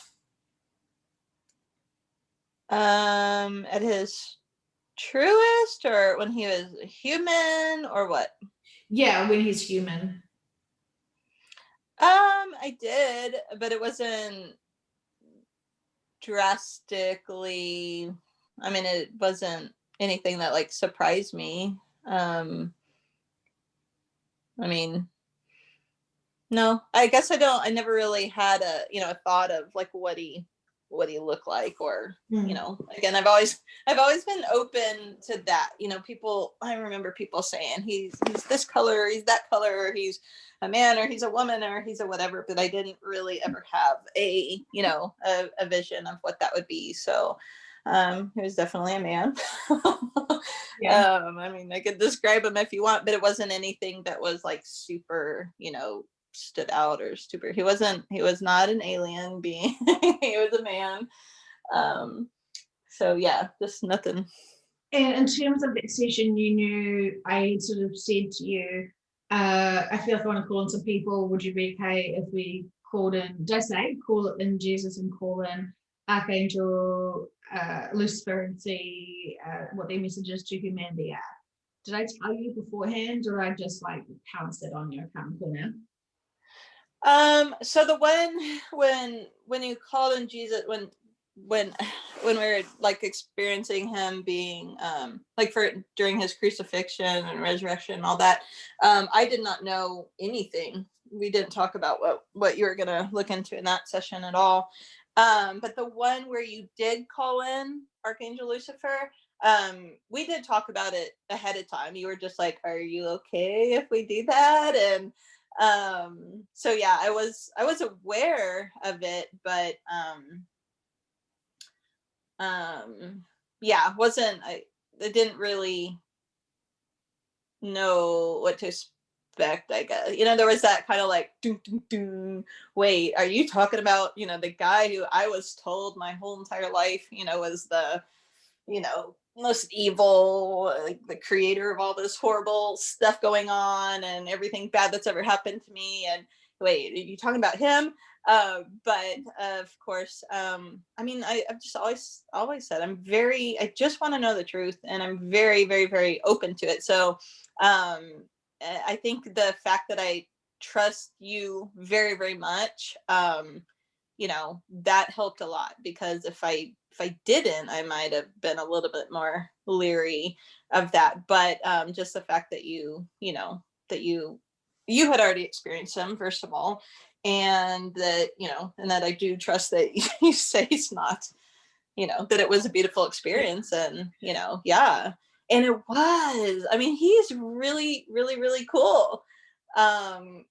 Yeah, I'm so thankful for that, because again, I just feel like such a weight is lifted after after meeting him, and seeing him for what he truly is, and seeing what he goes through for us. And wow, again, what a gift, what a gift, what a gift. All of this is just so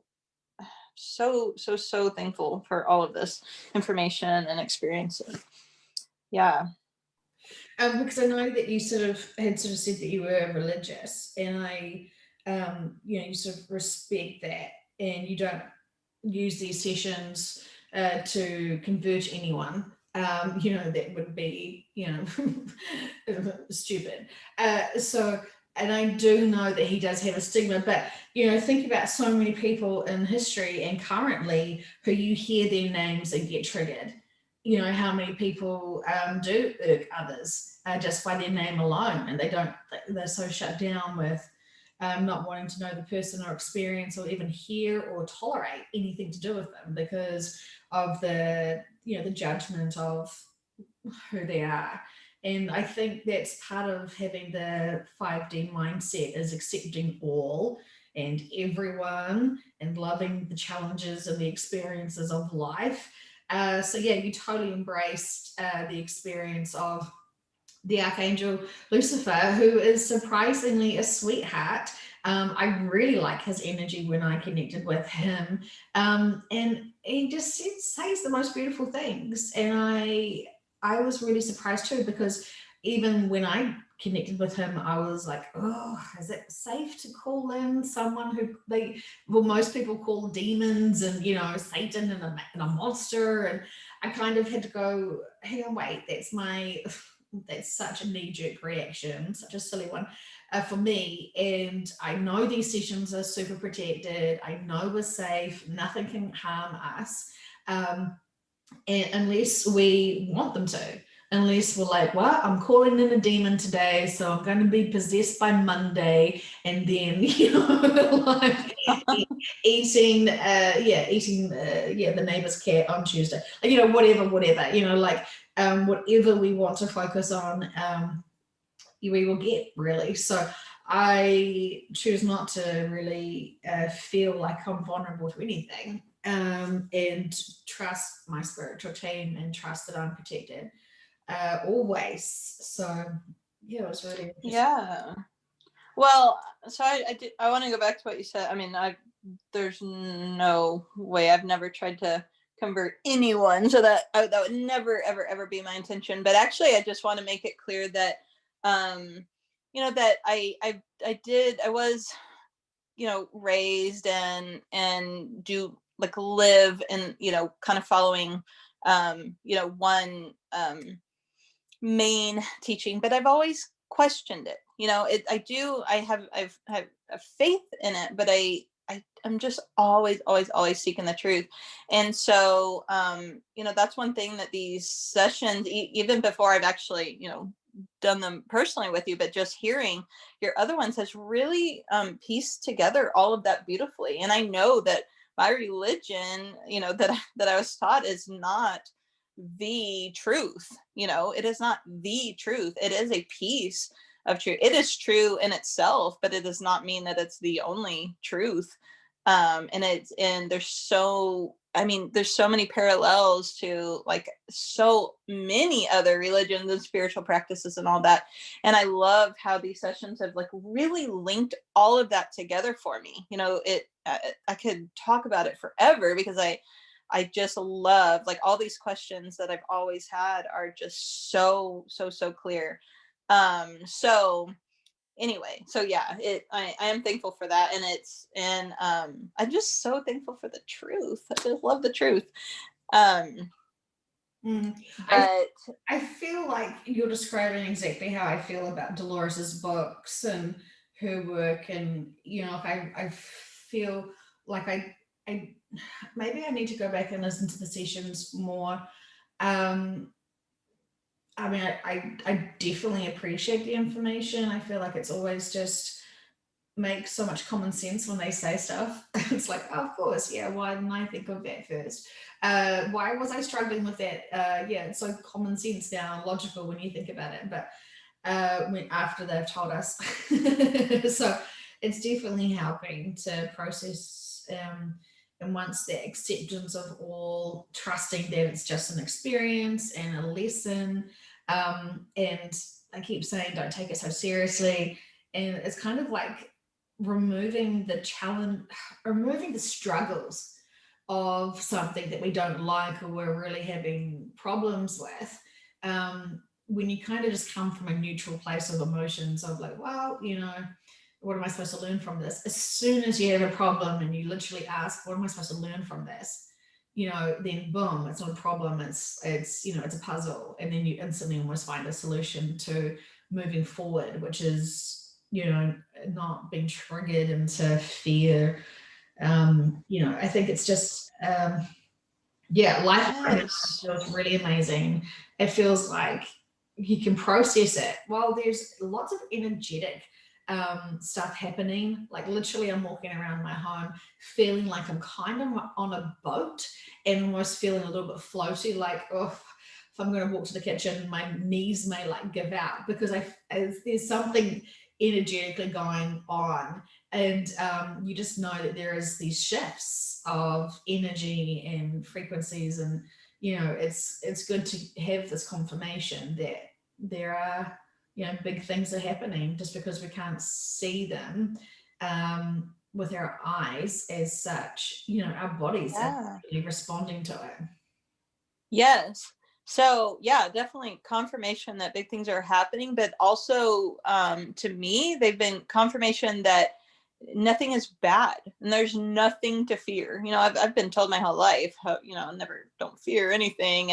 And but we're humans, and so I was afraid of a lot of stuff for a lot of my life. But so yeah, there's no doubt big things are happening, but I have absolutely zero fear of what's to come, have also of what has happened in the past, and no judgment of anything that's happened in the past. Like I feel like you could call in now, like you could call in literally anyone. Like there's nothing. All of every single experience has been so beautiful and such a learning experience. Even when we talk about like the big ones, like that, I used to kind of have thought, I had a picture of, like, say, Hitler or whatever. There's just no one. I mean, I welcome any being, anyone to come talk, because I just believe they're all beautiful and they're all, just doing what they're created to do. And I just, anyway, I just think it's such a beautiful experience living this way, knowing things are coming and not being afraid of what's to come, and not being, worried or judgmental or sad or angry or anything about the past either. It's just like, I think life is amazing. Life is absolutely amazing. And just looking at this book that Dolores had written about the 3 waves of volunteers in the New Earth, and she said, she writes, people at my lectures are always asking me what do they have to do in order to move to the New Earth. They have said the 2 important things is to let go of. 2 important things we must let go of. One, it, as just explained, is fear. Fear is an illusion, yet is the most strongest emotion that a human has. It must be released, or it will hold you to the old earth. And she says that she tells people who ask lots and lots and lots of questions to not believe everything you hear and read. Think for yourself. Don't give your power away to anyone. Make up your own mind and discover your own truth. Oh, it makes me feel. I can just feel her writing this. Yeah. It may not be my truth, she says, but it will be yours because you have discovered it. And don't be surprised if that truth changes. We are constantly learning. Stay flexible. Don't let fear cloud your judgment so that you can't think for yourself. Isn't she just like a gift to heaven, to everyone? Anyway. Wow.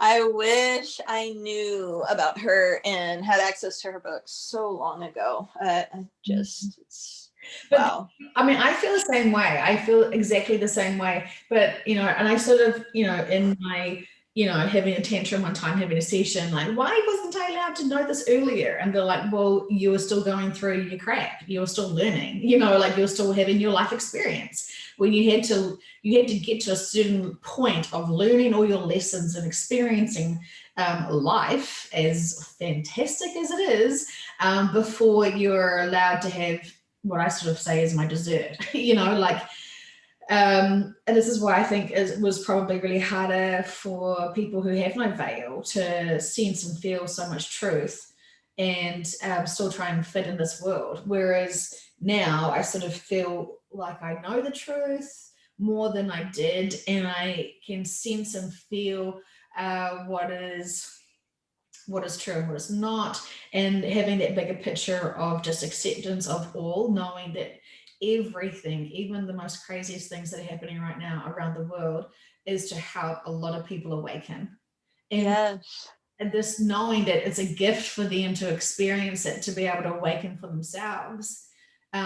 You know, because you know the people that you could literally slap them in the face with the truth and they'd still be deniers of it, and like curse you out for how dare you show them the truth.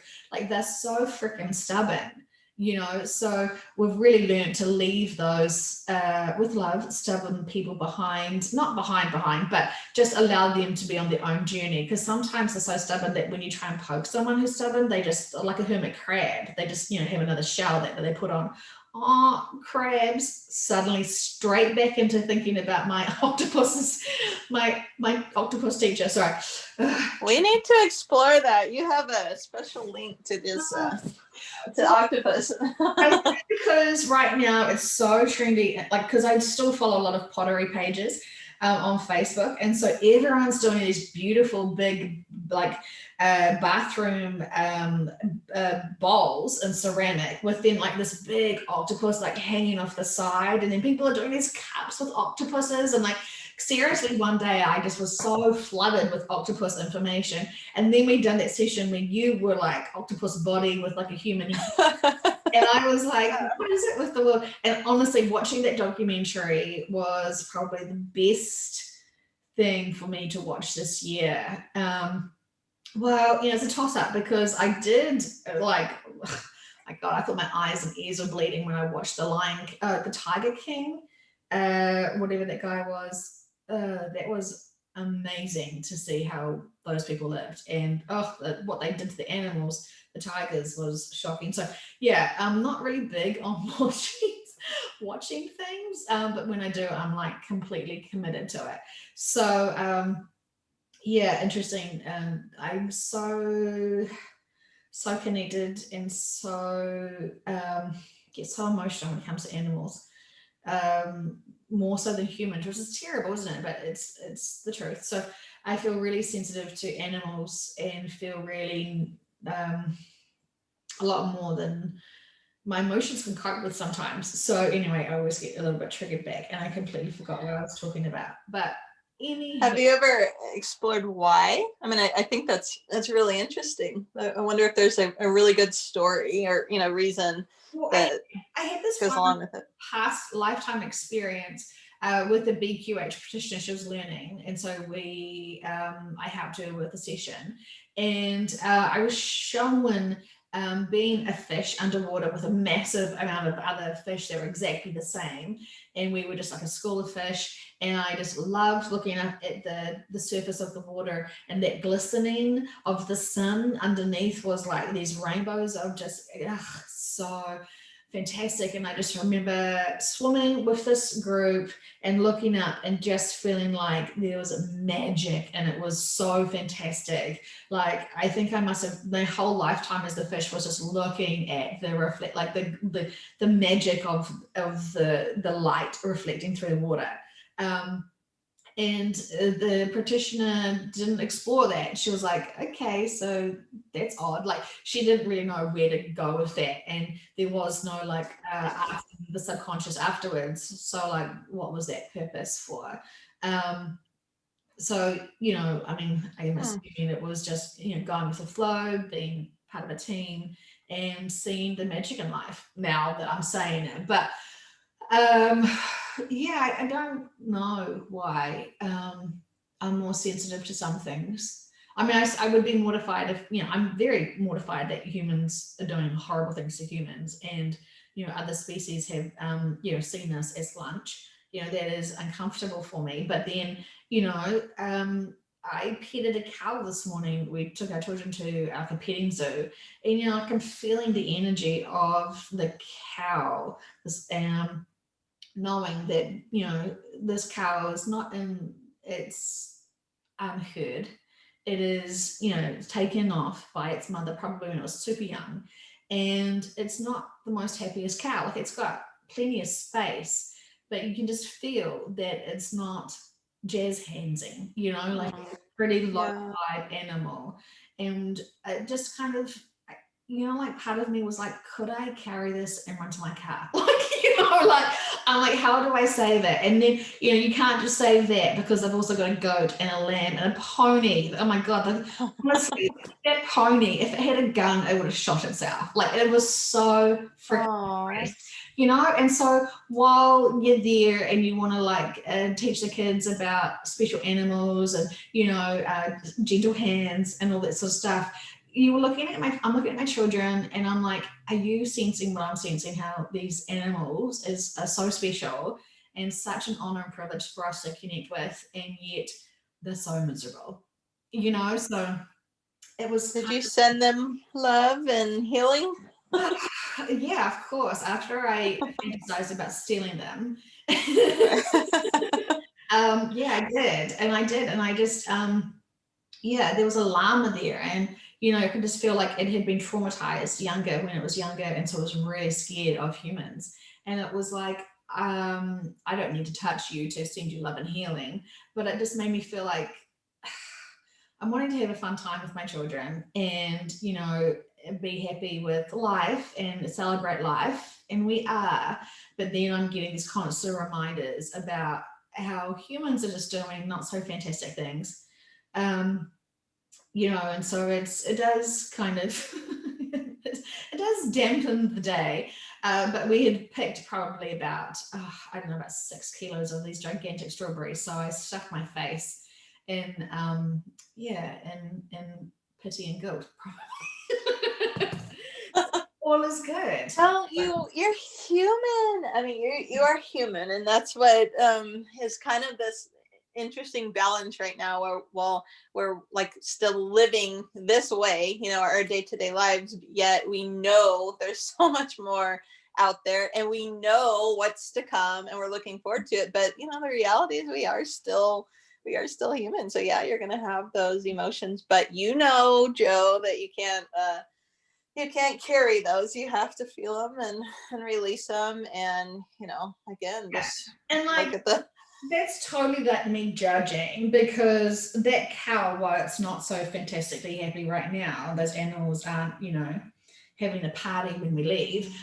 This is exactly what they wanted to experience. And while it looks from my judgmental, perspective, they're actually learning and experiencing exactly what they wanted. So here I am, like, trying to steal them and take them out of that. And that's just like, well, what was I going to do? Like, bring them to my property, like, it's not going to help them, like, it's going to traumatize them, or, and probably is quite illegal. So, instead of committing crimes, probably should respect that every being on this planet right now has got life contracts that they wanted to explore. And me trying to, even with humor, try to think that I could help them. Of course I could help them, but breaking potentially their free will, I feel like my subconscious already has its hands on its hip and tapping its feet, like, not again, Joanne. Anyway, okay, so we should probably end this now and listen back to it and see what we have missed, because we really wanted to do this session to be able to explain and fill in the missing pieces of the experiences we had during these sessions. Yeah, I'm not even sure we touched on half of the ones that we said we were going to, but it was a good talk. I enjoyed it. And can I just say something real quick, just as a person who was literally just listening to what you post, not very long ago, and loving every second of it. But I guess I'm sure that there's other people that are way, more advanced than I am. But maybe there was someone listening that was more not advanced like I was. And I guess what I want to say is in the sessions, we've been told many times to go within and that our subconscious and our higher self are always there to talk to, and that not sure I like fully understood really the magnitude of that, but I do now. And since I was told that, and just not personally, but listening to a session that you posted, I was able to to go on that journey and to find my subconscious and my higher self. And I guess my point is, it's like so freaking obvious to me now. I mean, they are literally right there. And so like when you're talking about these experiences, like I know you can tap in, at any time and question or explore these some more, but really we all can. And so I guess I just wanted to say from just a plain old person listening, to whoever out there that, needs to hear this, that you like seriously can tap in and have these experiences. You can explore, these questions that you're considering, and even these past lives and what's to come, like all of that info is right there. You really just have to give it a chance and be open to receiving it and listening and and hearing, what they're telling you. So I guess I just want to say that because I know you have so many people that listen, and I know that you can't possibly do sessions for everyone. There's just not enough time in the day. But I guess I just want to make it clear that all of this is like right at the just the tip of, if you just reach out for it, you can receive it as well. So please do it.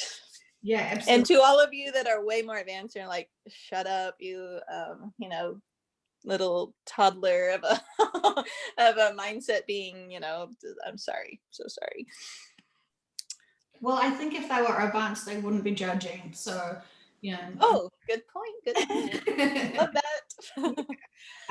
But it is so truly easy to connect in, and when you release the doubts that you're worthy enough.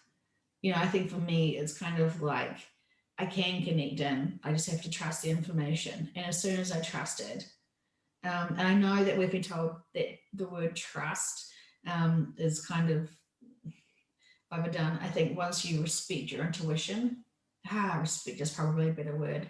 Once you respect your intuition and respect the information that comes naturally, like a thought that pops into your mind, going with it. And it's hard. It's so hard. It's so exhausting to keep shrugging that off, asking for questions, and then when you get the answer, no, doubting, second triple guessing it. Literally, you ask a question, they will give you the impression of like literally straight away. And it is, we are so bad at self-sabotage. So if that is something that is happening, definitely time to release that, because it definitely does not serve you. That's the truth. Yeah. Okay, well, thank you so much, Michelle, for inviting us into your sexual experiences on New Earth. Mm. Wish y'all could feel them. Thank you. It was so fun. Love talking to you. Yeah, and thank you for sharing everything else that you have so graciously with us. It has been really helpful to see things through your experiences and through your mind's eye. So thank you from all of us. I know so many people have really appreciated it. So, and thanks everyone for listening. Sorry if it was too long. Hopefully you could break it into smaller pieces, smaller bite-sized pieces. Right. Okay, bye everyone, and take care Bye. of yourselves with much love.